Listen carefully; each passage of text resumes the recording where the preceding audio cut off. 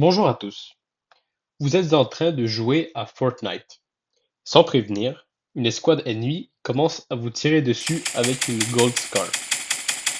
Lorsque l'arme à feu se déclenche, celle-ci propulse un projectile de faible masse avec une explosion chimique. Sachant que la masse d'une balle de calibre .22 est de 1,88 g et que sa vitesse à la sortie du canon est de 310 mètres par seconde, calculez le travail effectué par l'explosion chimique. Vous pouvez supposer que 100% de l'énergie fournie par l'explosion chimique est transformée en énergie mécanique et qu'il n'y a pas de frottement et que le canon est positionné à l'horizontale. Donc la première chose à faire ici, c'est de faire un dessin. Donc je sais que ma vitesse initiale de la balle, ça va être 0 mètres par seconde dans la situation 1, parce que la balle ne bouge pas. Mais après, quand l'escouade ennemie a ouvert le feu et elle tire dans la situation 2, ben je sais que ma vitesse finale va être égale à 310 mètres par seconde.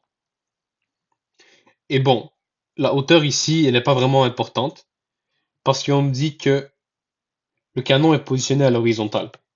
Donc en fait, ton H, ton 0, il peut être où tu veux.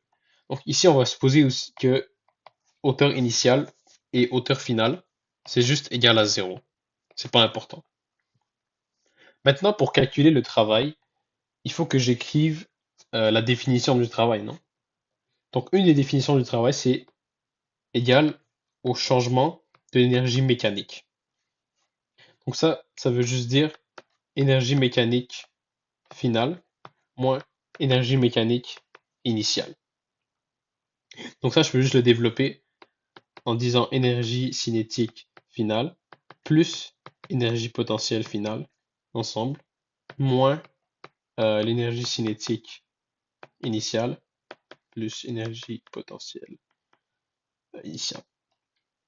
Donc maintenant ici, je sais que mon énergie cinétique initiale, ça va être égal à 0. Pourquoi? Parce que ma vitesse initiale, c'est 0. Et la formule de l'énergie cinétique, c'est 1/2 mv carré. Donc si le V est égal à 0, ben, il n'y aura pas d'énergie en fait. Donc ça, c'est ça. Et vu que mes deux hauteurs sont également égales à 0, ben ça aussi, ça va être 0. Et ça aussi. Donc ça veut juste dire que mon travail est égal à 1/2 fois la masse fois la vitesse finale au carré de la balle. Et ça, c'est juste égal. Ah ouais, la masse, on me l'a donné ici en grammes. Non, il faudra que je convertisse ça en kilos. Donc je sais que 1 kilo, c'est égal à 1000 grammes. Et on me donne une balle de 1,88 grammes. Donc si je veux canceller mes grammes, je mets le 1000 en bas, le kilo en haut, et je dois juste diviser par 1000. 1,88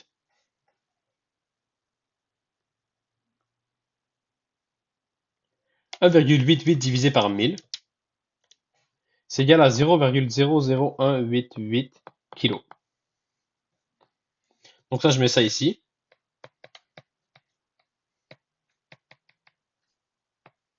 Fois ma vitesse qui était 310 mètres par seconde au carré. Donc si je mets ça dans la calculatrice,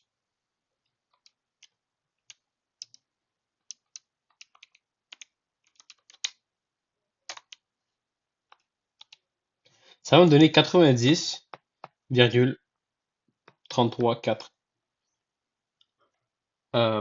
joules. Et si on veut le transformer en kilojoule, il faudra juste diviser par 1000. Mais c'est pas spécifié dans l'énoncé, donc c'est juste ça ma réponse. Donc merci beaucoup d'avoir écouté cette vidéo et j'espère qu'elle vous a plu.